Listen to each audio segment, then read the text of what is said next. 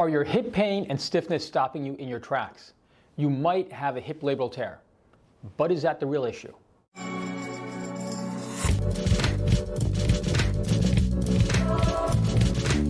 Hello, this is Dr. Siddharth Damber from Chicago Arthritis and Regenerative Medicine, where we specialize in non-surgical solutions for musculoskeletal issues, arthritis, and regenerative medicine. My goal is to help you understand your condition and take control of your health. Today, we're diving into hip labral tears, a common but often misunderstood condition. We'll cover what a hip labral tear is, how it's diagnosed, and your best options for treatment. I'll also share insights on why other conditions like SI joint dysfunction and lumbar radiculopathy might mimic a hip labral tear and how to distinguish between them. What is a hip labral tear?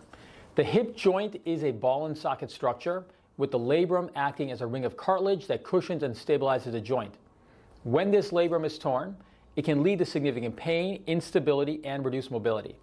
Common causes of labral tears include overuse from repetitive motions, especially in athletes.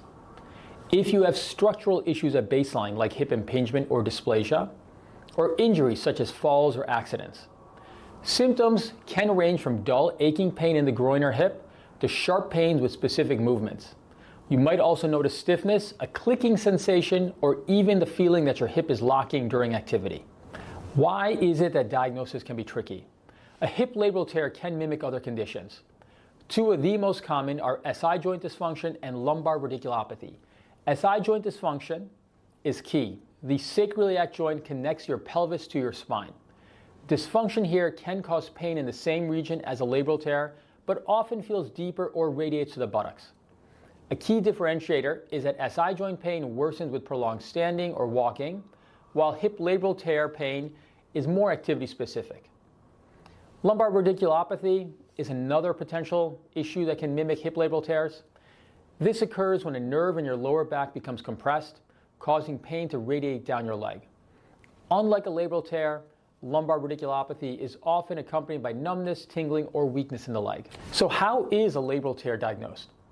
Diagnosis begins with a detailed history and physical examination. Key steps include range of motion tests. Your doctor may move your leg in a specific way to recreate symptoms. Specifically, if moving your hip seems to trigger your pain, causes clicking, that may be more consistent with a labral tear.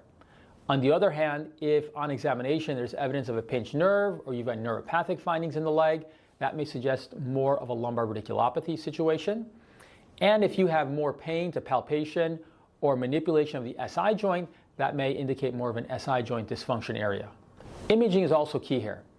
MRI with contrast into the hip joint is the gold standard for spotting hip labral tears. It can show the cartilage in detail. In addition, diagnostic injections can be very helpful. To confirm the pain source, an injection of numbing medication into the hip joint may temporarily relieve symptoms. If it does, a hip labral tear is more likely. The big caveat here is that it's critical to consider and rule out SI joint and lumbar issues during this process to avoid unnecessary treatments or surgery. Sometimes diagnostic injections into those other areas, the lower back and the SI joint, may be done to rule in or rule out those areas as sources of your hip pain as well. So what are your treatment options if you've got a hip labral tear?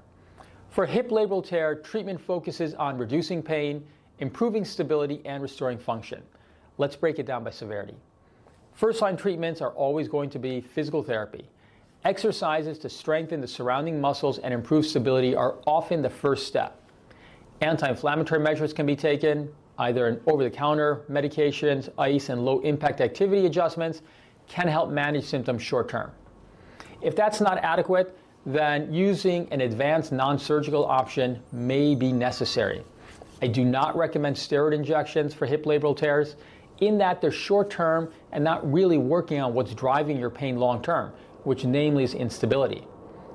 Platelet-rich plasma, or PRP, is a process of using your body's own platelets to heal the labrum and surrounding tissues.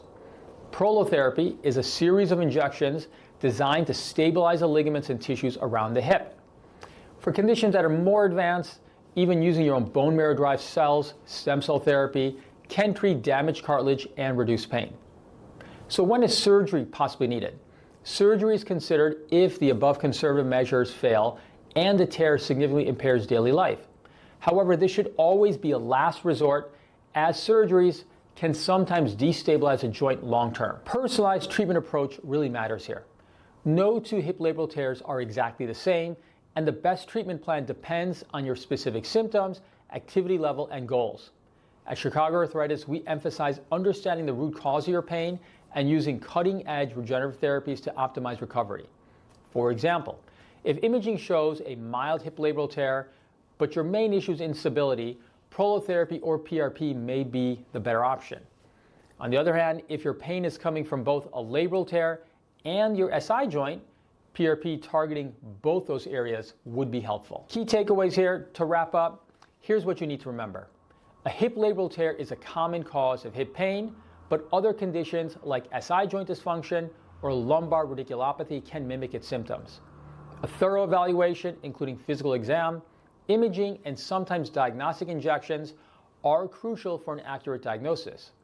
Non-surgical options like physical therapy and regenerative medicine treatment options often provide effective, lasting relief.